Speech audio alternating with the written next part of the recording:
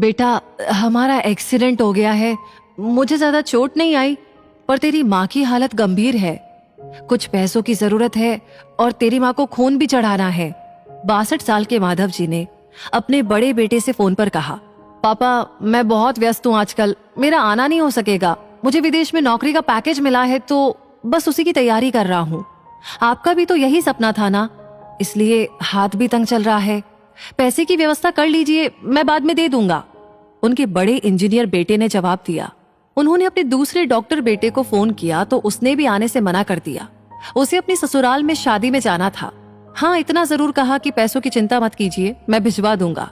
ये अलग बात है कि उसने कभी पैसे नहीं भिजवाए। उन्होंने बहुत ही मायूसी से फोन रख दिया। अब उस नालायक को फोन करके क्या फायदा?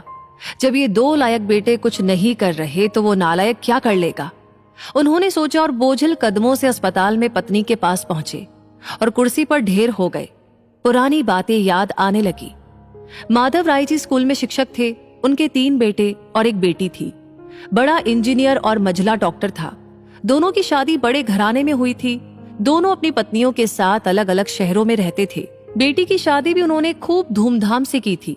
सबसे छोटा बेटा पढ़ाई में ध्यान नहीं लगा पाया था। 11वीं के बाद उसने पढ़ाई छोड़ दी और घर में ही रहने लगा। कहता था, मुझे नौकरी नहीं करनी, अपने माता पिता की सेवा करनी है। पर मास्टर साहब उससे बहुत नाराज रहते थे। उन्होंने उसका नाम नालायक रख दिया था।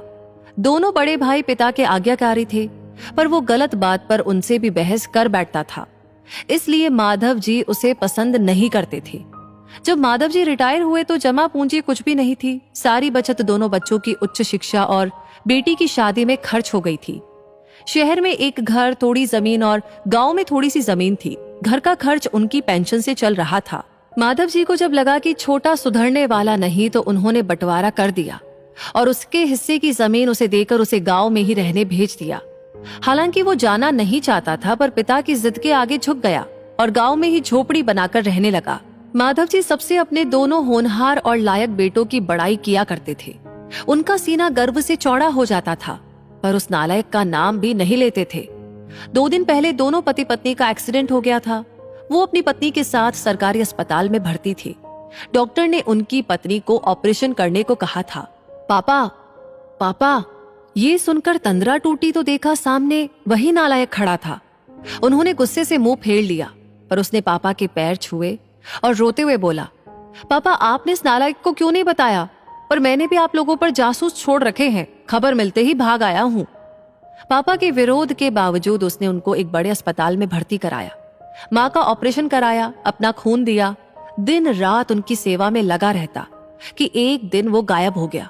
वो उसके बारे में फिर से बुरा सोचने लगे थे कि तीसरे दिन ही वो वापस आ गया।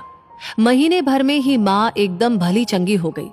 वो अस्पताल से छुट्टी लेकर उन लोगों को घर ले आया। माधव जी के पूछने पर बता दिया कि खैराती अस्पताल था, पैसे नहीं लगे हैं। घर में नौकरानी थी ही। वो उन लोगों को छोड़कर वापस गांव चला गया। धीरे धीरे सब कुछ सामान्य हो गया। एक दिन यूं ही उनके मन में आया कि उस नालायक की खबर ली जाए। दोनों जब गांव के खेत पर पहुंचे तो झोपड़ी में ताला देखकर चौंक गए। उनके खेत में काम कर रहे आदमी से पूछा तो उसने कहा कि ये खेत अब मेरे हैं। क्या? पर ये खेत तो... उन्हें बहुत ही आश्चर्य हुआ। हाँ, उसकी माँ की तबीयत बहुत खराब थी, उसके पास पैसे नहीं थे तो उसने अपने सारे खेत बेच दिए। वो रोजी रोटी की तलाश में दूसरे शहर चला गया है। बस ये झोपड़ी उसके पास रह गई है। ये रही उसकी चाबी, उस आदमी ने कहा। वह झोपड़ी में दाखिल हुए तो बरबस उस नालायक की याद आ गई। टेबल पर पड़ा लिफाफा खोलकर देखा तो उसमें रखा अस्पताल का 9 लाख का बिल उनको मुंह चिढ़ाने लगा। उन्होंने अपनी पत्नी से कहा, जानकी, तुम्हारा बेटा नालायक तो था ही, झूठा भी है।